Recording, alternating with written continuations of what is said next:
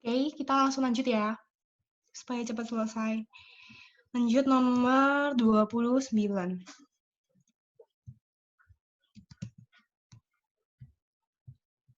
Bentar.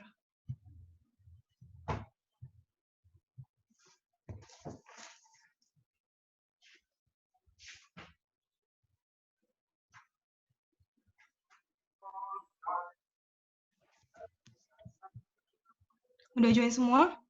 Kita lanjut ya.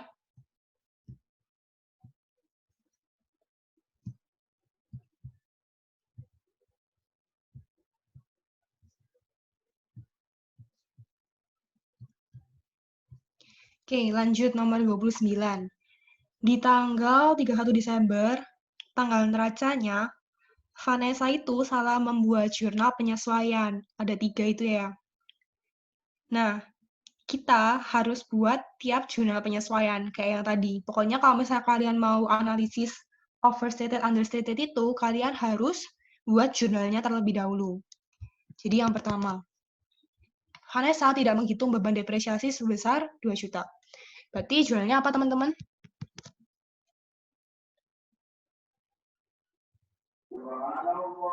Beban depresiasi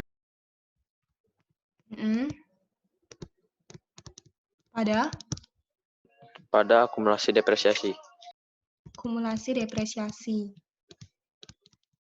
sebesar 2 juta ya.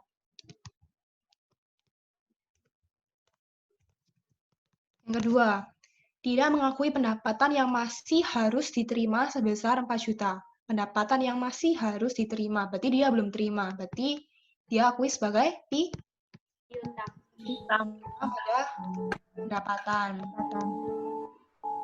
sebesar 4 juta. Aduh.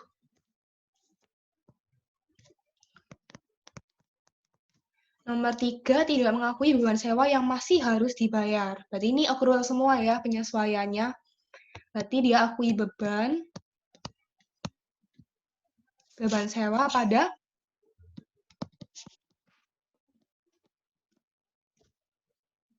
sebesar 1 juta ya. Nah, kalau misalnya teman-teman lihat di sini, pilihan jawaban A sampai E, dia cuma ngelihat sisi dari pendapatan, beban, sama laba. Berarti kita tinggal lihat pendapatan, beban, sama labanya. Yang aset-aset, liabilitas, ekuitas, kita tinggalin aja, soalnya dia nggak minta. Jadi kita lihat dulu dari pendapatan. Pendapatan cuma ada satu ini ya, teman-teman, cuma 4 juta. Kalau misalnya dia nggak buat jurnal ini, berarti dia nggak nyatat pendapatan sebesar 4 juta. Berarti pendapatan yang ada tanggal 31 Desember itu pasti understated ya. Understated sebesar 4 juta.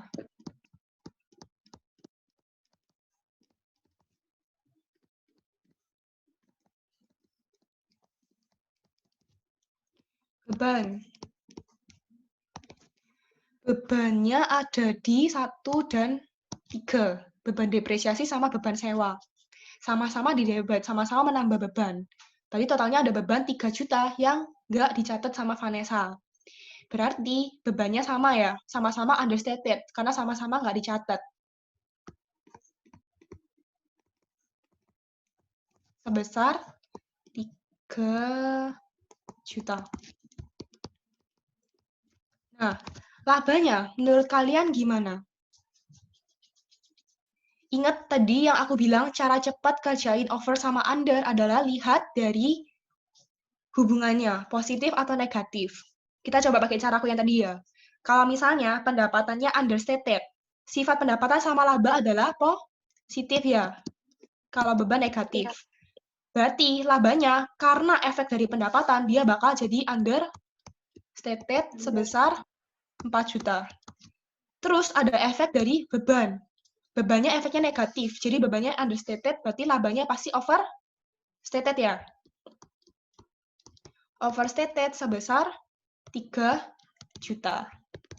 Jadi efek dari pendapatan sama efek dari beban, kalau kita gabungin, dinetin, di offsetin, hasilnya adalah understated sebesar 1 juta. Juta. Paham ya teman-teman ya? Jadi ini understated sebesar 1 juta. Nah, kalau misalnya kalian ada kunci dari bukunya Pak Pratama itu, kalau nggak salah jawabannya dia, apa ya Michael kasih tahu aku? Yang B ya jawabannya Pak Pratama. Kalau nggak salah. Kak. Yang di Pak Kak. Yang E, jawabannya Pak Pratama. Iya. Nah, ya itu salah ya teman-teman ya.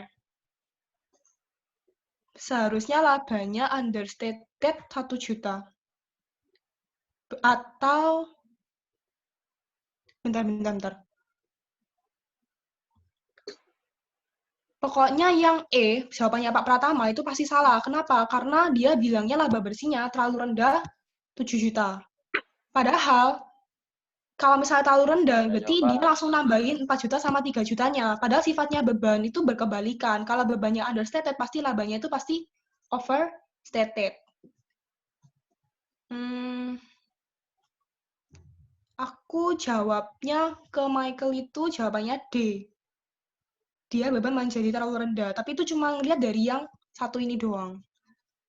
Harusnya berarti bebannya itu understated 3 juta. Pendapatannya kan understated 4, tapi dia bilang terlalu tinggi overstated, berarti ini salah.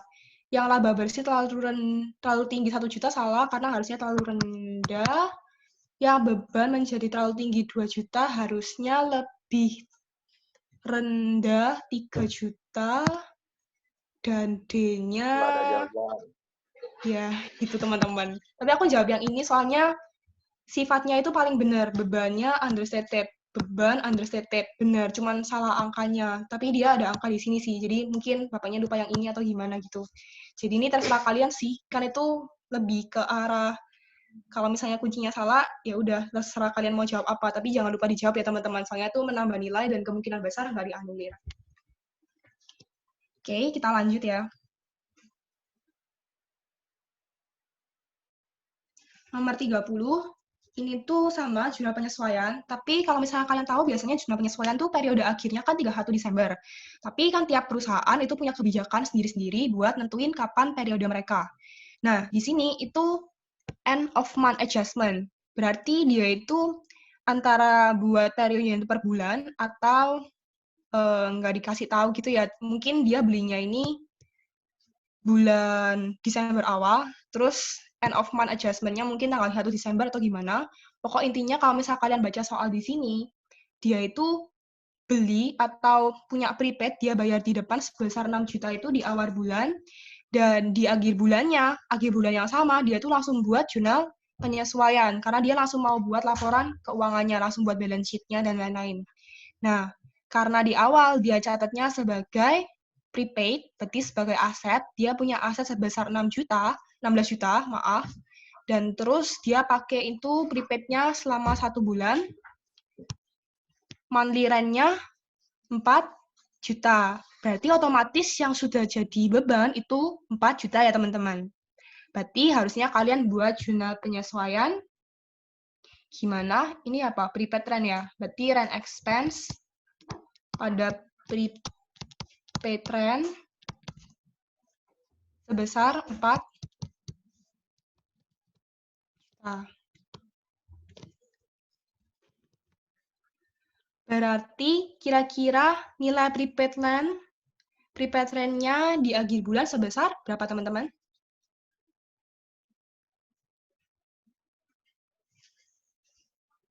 Ya, bisa dijawab teman-teman. 12 juta ya, 16 dikurangin sama 4 juta.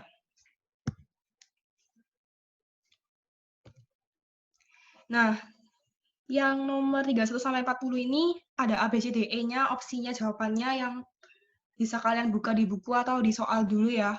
Soalnya tiap soalnya ini nggak aku tulis lagi yang pilihan opsi A sampai E-nya. Pokoknya yang opsi A itu pernyataannya benar, alasan benar sama berhubungan. B itu kayak yang A tapi nggak berhubungan. Kalau yang C itu pernyataannya benar, alasannya salah. D pernyataan salah, alasannya benar. Kalau C dua-duanya salah. Oke, nomor 31. pendapatan per kapita yang lebih besar mencerminkan kemakmuran yang lebih baik. Bener ya teman-teman, karena dia lihatnya per kapita. Kalau pendapatan doang, dia nggak mencerminkan kemakmuran. Tapi karena dia melihat per kapita, berarti dia melihat setiap orangnya kan. Berarti dia mencerminkan kemakmuran. Jadi dia merupakan indikator dari kemakmuran itu. Sedangkan pendapatan per kapita sudah dikeluarkan faktor inflasi. Nah, menurut kalian ini benar atau salah? Salah, Kak. Salah ya. Karena dia ini merupakan pendapatan nominal ya. Karena dia nggak ngasih tahu itu real atau nominal. Berarti kemungkinan besar dia nominal. Kalau real pasti dikasih tahu real. Itu yang coret-coret siapa ya? Kok nakal?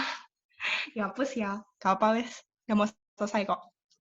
Jadi kesimpulannya, yang nomor 31 ini berarti yang pernyataannya benar, yang ini salah. Berarti jawabannya tuh yang Kak, mana itu? maksudnya Ya? maksudnya pendapatan per kapita itu gunainnya nominal ya, bukan real ya. Dia bisa Makanya nominal, salah. dia bisa nominal, bisa real. Tapi kemungkinan kalau misalnya dia nggak sebutin dia itu nominal atau real, pasti dia nominal. Oh iya Kak, makasih Kak. Oke, jadi kalau real itu inflasinya udah hilang gitu ya. Kalau misalnya nominal, dia masih ada inflasinya karena dia pakai harga berlaku. Kalau misalnya yang real berarti pakai harga yang konstan, udah mengeluarin faktor inflasinya ya. Berarti yang B sama S ini apa yang jawabannya? Benar, tapi alasannya salah. C ya. Lanjut nomor 32. Pemerintah dapat meningkatkan pendapatan nasional melalui pemungutan atau penetapan pajak yang lebih besar. Nah, kuncinya kalian lihat pendapatan nasional. Salah satu pendapatan nasional cara ngitungnya pakai yang pengeluaran. Pakai pengeluaran contohnya kayak gini ya. Faktor pajak itu ada di dalamnya consumption ya, yang tadi udah dibahas sama Ricky. Dia merupakan fungsi dari disposable, dan di sana kalian tahu dikurangin sama pajak ditambah dengan transfer payment. Berarti sifat dari teks ini, kalau misalnya dia semakin besar, bukannya Y-nya semakin naik, tapi malah semakin turun kan ya. Berarti pasti salah. Jadi kalian jangan maksudnya langsung mikir, oh pajak pasti pendapatannya naik pemerintah. Tapi lihat di sini pendapatan nasional. Kalau misalnya kalian lihat yang alasannya, yang sebabnya ini baru yang benar. Kenapa? Karena lihat dari penerimaan atau pendapatan dari pemerintah. Berarti masuk ke APBN-nya. Makanya dia benar. Karena pajak itu merupakan faktor penerimaan pemerintah yang paling besar. Jadi kalau misalnya kalau misalnya rate-nya dinaikin, pajaknya, penerimaannya naik. Tapi dalam batas tertentu ya, karena kalian udah belajar kurva Laffer juga, kalau misalnya pada satu titik rate-nya terlalu tinggi, maka pendapatannya juga bakal turun. Jadi ini cuma lihat dari kondisi normalnya aja. Kalau kenaikan pajak akan menaikkan penerimaan atau pendapatan pemerintah. Berarti yang ini salah, yang ini benar. Berarti jawabannya Dadu ya? Aduh, dadu. Oke, next ya. Oke, nomor 33. Kurva tabungan yang lebih curam atau gradiennya lebih besar akan membuahkan koefisien pengganda yang lebih besar. Koefisien pengganda multiplier tadi kan udah dibalas ya sama Ricky. Koefisien pengganda, kalau misalnya nggak disebutin koefisien pengganda apa, dia lihatnya secara general tuh seper MPS ya. Walaupun masih banyak pengganda lainnya. Tapi yang dimaksud di sini adalah seper MPS-nya. Nah, kalau misalnya soal ini baik banget ya kalian dikasih tahu kalau misalnya kalau lebih curam itu gradiennya lebih besar. Biasanya sih soal-soal tuh kayak cuman ngasih tahu lebih curam aja. Jadi ini pikirlah sendiri. Gimana kira-kira gradiennya kalau misalnya kurvanya itu lebih curam atau lebih landai. Nah, teman-teman, kalau misalnya kalian lihat kecuraman suatu kurva, itu melihat dari gradiennya itu merupakan turunannya. Nah, makanya gradiennya itu sudah sama dengan MPS kan ya. Kan S sama dengan minus A plus 1 min BY. Nah, berarti semakin besar gradiennya, ini kan gradiennya ya, 1 min B-nya. Berarti semakin besar 1 min B, semakin besar gradiennya, MPS-nya juga semakin besar.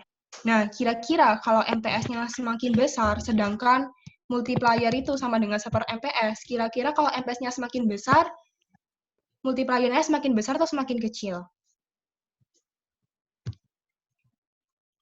Kecil. Makin kecil. Kecil ya, karena dia sifatnya seper. Jadi faktor pembaginya semakin besar, otomatis dia semakin kecil. Dibaginya semakin besar soalnya. Berarti otomatis yang ini salah. Lanjut nomor. Yang sebabnya ya, besar kecilnya koefisien pengganda ditentukan antara lain oleh besar kecilnya marginal propensity to consume. Udah bener ya? Soalnya kan MPS sama MPC tambahin sama dengan 1. Jadi otomatis MPC sama MPS itu berhubungan satu sama lain. Saling komplement gitu ya. Berarti yang ini salah, yang ini benar. Berarti jawabannya yang benar, salah itu C. Salah benar ya? Salah benar. D, Pak. D. Ya, lanjut. Nomor 34. Pertambahan jumlah uang beredar yang terlalu cepat akan memicu laju inflasi. Benar ya? Sebab inflasi merupakan selisih antara jumlah uang beredar dan jumlah uang diminta yang dibutuhkan oleh masyarakat. Ya, yang buat soal ibu. Jelas-jelas salah ya, teman-teman. Nggak perlu ada yang tanyain kan? Pasti salah kan ya? Dari mana coba inflasi itu selisihnya? Dia kan cuman itu mungkin pengecoh karena bilang jumlah uang beredar lebih besar daripada yang jumlah barang dan jasanya, tapi dia cuma mengecoh sih. Tapi inflasi itu nggak dihitung oleh selisihnya, tapi dilihat dari indeksnya kan ya, persentase kenaikan harga secara keseluruhannya. Jadi pasti kalau misalnya kalian lihat secara selisih itu pasti salah. Berarti benar salah itu jawabannya C. Ya, C. Oke. Lanjut, nomor 35. Jumlah pengeluaran konsumsi masyarakat, investasi perusahaan, pengeluaran pemerintah, selisih antara ekspor impor merupakan permintaan agregat. Benar ya? Permintaan agregat merupakan penjumlahan antara consumption, investment, government expenditure, sama net export. Jika perekonomian secara makro dan keadaan equilibrium, maka ia sama dengan CIGXM. Benar ya? Equilibriumnya kan ia sama dengan AE-nya. Berarti benar-benar. Jadi jawabannya benar-benar itu berhubungan itu A.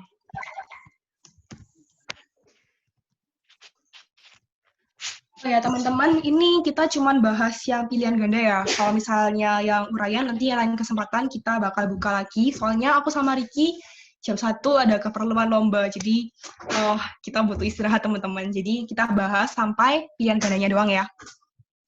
Lanjut yang nomor 36. Apabila harga suatu barang berubah, maka jumlah permintaan terhadap barang itu akan berubah dengan arah berlawanan. Berlawanan. Benar atau salah, teman-teman?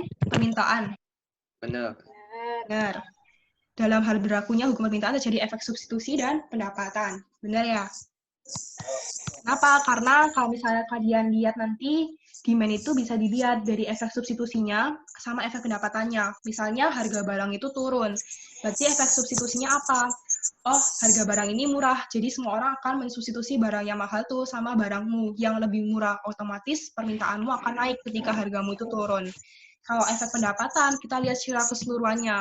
Secara real, pendapatan kita, kalau misalnya harga barang itu turun, maka pendapatan real kita akan naik. Kenapa? Karena kita bisa beli barang dengan jumlah yang lebih banyak, dengan kondisi pendapatan nominal yang sama. Kayak gitu. Jadi benar-benar jawabannya A. Nomor...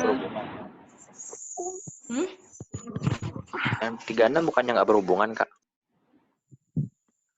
Berhubungan, karena efek substitusi sama pendapatan itu yang menjelaskan kenapa sifatnya dia negatif, hubungan antara price sama kuantitinya. Emang jawabannya Pak Pratama B ya? Seharusnya sih A menurutku. Iya, A sih. Soalnya efek substitusi pendapatan itu jelasin negatif, hubungan negatifnya itu kenapa. Jadi jawabannya A ya, teman-teman. Oke, makasih, Kak. Oke. Nomor 37. Kenaikan harga komputer akan meningkatkan permintaan terhadap tetikus. Aku baru tahu Indonesia Mouse itu tetikus ya. Pokoknya gitu deh.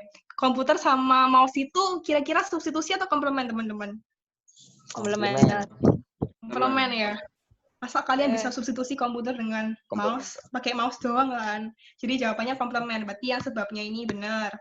Yang kenaikan harga komputer akan meningkatkan permintaan terhadap mouse. Salah. Kan dia komplement. Komputer naik, komputer turun, mouse-nya juga turun. Berarti salah. Jawabannya Dadu ya, teman-teman ya? Salah benar. Oke. Lanjut, nomor 38. Kurva permintaan total sebuah perusahaan di pasar bersaingan sempurna. Penerimaan total. Penerimaan total di PPS berbentuk linear positif. Berarti linear positif itu kayak gini ya. Di pasar bersaing sempurna memiliki indeks likuiditas sebesar 0. Nah, tadi udah dibahas sama Riki ya. Kalau misalnya yang kenapa kok bentuk demand dari pasar persaingan sempurna itu dari pasar persaingan sempurna itu garis lurus. Soalnya dia banyak barang substitusi dan sebagainya. Sehingga kalau misalnya demand-nya itu garis lurus kayak gini, dia akan sama dengan AR sama dengan MR-nya kan. Tadi udah dijelasin alasannya. Nah, kalau misalnya kalian tahu rumus indeks Lerner, tadi udah ramai dibahas ya. Pasti semua udah tahu rumusnya apa? P min MC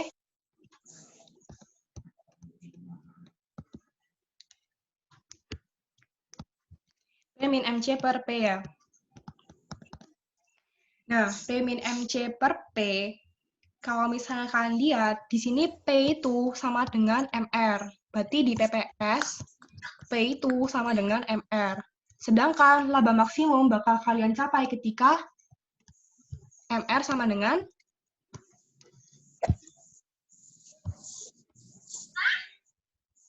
MC ya, teman-teman. Berarti di PPS, P itu sama dengan MC. Gitu ya. Berarti nilainya ini tuh sama. Misalnya angkanya 5. Berarti 5 min 5 per 5. Berarti 0 per 5. Berarti dia nilainya 0. Atau kalau misalnya kalian pakai rumus yang satunya, indeks Lernernya min 1 per elastisitas demand, sama aja ya. Kan minus 1 per elastisitasnya dia kan tak hingga ya. Berarti 1 min tak hingga. Hasilnya sama dengan 0. 0. 1 dibagi tak hingga 0 ya. Nah, berarti yang ini jawabannya benar. Kalau misalnya yang nomor 38, kira-kira menurut kalian benar atau salah? Benar-benar tidak berhubungan. Benar. Itu pasti benar, kunci ya. Kalau menurutku itu berhubungan. Karena indeks Lerner itu melihat kemampuannya dia buat mempengaruhi harga atau enggak. Nah, itu berdampak ke sini. Karena kalau misalnya kalian lihat, total revenue itu rumusnya kan P kali Q kan ya? Iya, Kak. Nah, P-nya ini stagnan. Artinya, P-nya itu pasti dalam bentuk konstanta. Paham ya, teman-teman? Kalau misalnya ini angkanya 5, sampai mati pun, sampai Q berapapun, hasilnya konstantanya pasti tetap 5 kan harganya. Berarti, total revenue itu pasti 5 kali Q.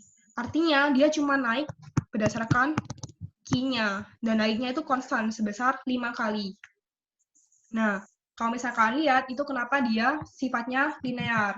Kalau misalnya kalian mau ngecek linear atau enggak, kalau misalnya kalian lihat di persamaan matematika, cuman lihat derajat dari variabelnya. Kalau misalnya X atau Q-nya dari suatu persamaan itu pangkat 1, pasti gradiennya itu dalam bentuk konstanta kan. Kalau misalnya ini kalian turunin, MR-nya kan sama dengan 5 kan, turunan dari MR. Sama dengan juga dengan price-nya. Karena gradiennya, turunan dari fungsinya adalah konstanta, maka bentuknya linear. Kenapa positif? Karena semakin Q-nya naik, R-nya semakin naik juga. Jadi positif. Linear positif sama indeks Lernernya sebesar 0, berarti ini benar-benar. Nah, tinggal jawabannya yang A atau yang B. Kalau aku sama Riki setuju di yang A. Kalau misalnya kuncinya B, ya aku nggak tahu yang buat soal mikirnya apa ya teman-teman. Jadi kembali lagi ke perspektif pembuat soal dan kalian sebagai yang membuat soal, ide gimana caranya sampai bisa memiliki pemikiran yang sama dengan si pembuat soal. Kalau menurut kita ini masih berhubungan. Itu ya, kalau misalnya dikunci kalian jawab B, tapi kita masih prefer ke A. Oke, lanjut nomor 39. Sebuah perusahaan monopolis akan meraih keuntungan maksimum pada jumlah produksi atau penjualan ketika MR, MC, AC saling berpotongan. Nah, sekilas kelihatan benar karena MR sama dengan MC. Nah, tapi ini nongol AC-nya, itu yang membuat salah. Karena kondisi MR sama dengan MC, belum tentu dia juga berpotongan pada AC. AC sama MC kan berpotongan di titik minimum kan. Nah, kan belum tentu kamu produksi maksimum labamu di MR sama dengan MC itu ketika sama dengan AC-mu. Gitu ya. Nah, itu yang menyebabkan dia salah. Karena seharusnya cuma MR sama MC-nya. Terus, keuntungan maksimum bagi monopolis diperoleh pada saat biaya marginal sama dengan biaya penerimaan marginal dan penerimaan totalnya juga maksimum. Nah, ini salah ya teman-teman. Kenapa? Karena laba maksimum itu MR sama dengan MC.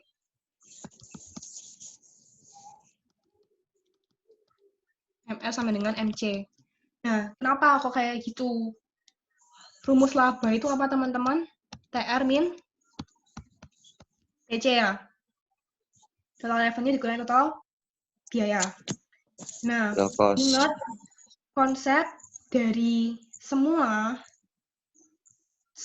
persamaan matematika, cari titik maksimum sama titik minimum adalah tinggal diturunin. Berarti, kalau misalnya kamu mau labamu ini maksimum, berarti labamu ini harus kamu turunin dan hasilnya harus sama dengan 0. Berarti turunan laba itu harus sama dengan 0. Nah, sedangkan, berarti ini harus kamu turunin kan, karena dia labanya. Berarti TR min TC harus kamu turunin, supaya hasilnya 0. Berarti MR dikurangi MC harus sama dengan 0. Sehingga MR sama dengan MC. Nah, itu kondisi labanya.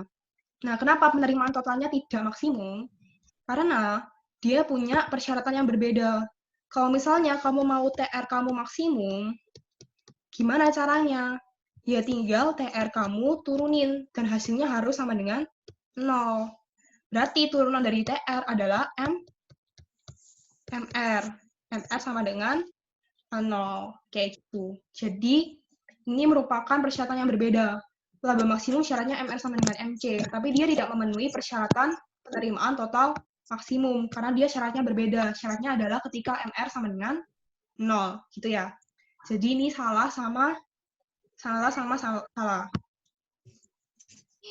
Berarti jawabannya tuh E.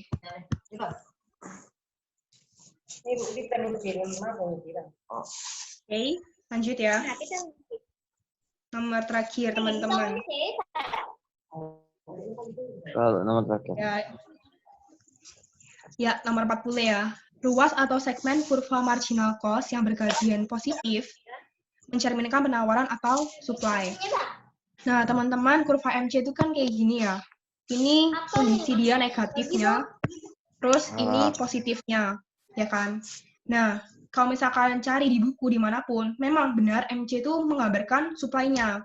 Tapi, yang salah adalah kata-kata bergradien positif. Karena tidak semua bagian positif dari kurva MC merupakan kurva supply. Tapi, yang merupakan kurva supply adalah ketika perpotongan antara AVC dan MC-nya. Dari titik perpotongan ini ke atas, baru merupakan MC. Merupakan supply-nya maksudnya. Jadi, keseluruhan ini bukan supply. Supply-nya cuma yang ini. Tapi benar bagian yang positifnya, tapi tidak semua. Itu ya. Kalau kurva penawaran satu barang bergradien positif, berarti benar. Berarti ini salah, benar. Jadi jawabannya yang benar salah itu apa? Salah benar itu D. D. Oke. Udah ya. Nah, teman-teman, kita sampai sini dulu bahas 40 soal pilihan gandanya. Aku sama Riki berharap kalian bisa ikut materi-materi selanjutnya buat bantu